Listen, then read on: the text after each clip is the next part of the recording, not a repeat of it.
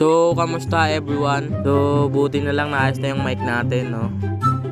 So, ang gagawin natin for today's video is gagawa tayo ng farm with kulungan ng mga alaga nila.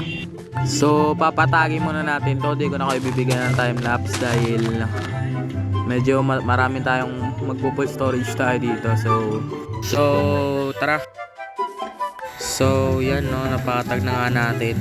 So, dito natin sisimulan mag-build. So, ayan, tara. Time lapse na natin para mas mabilis.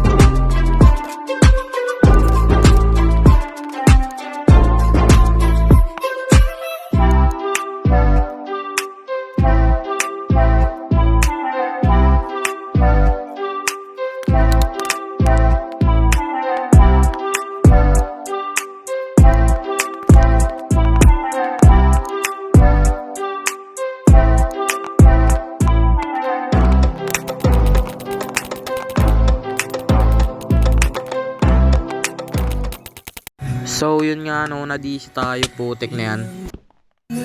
So, ito pa lang yung nagagawa natin, no. Putik, kalahati pa lang yung bubong. So, tara, akitin natin to at umpisahan na natin yung ating time lapse.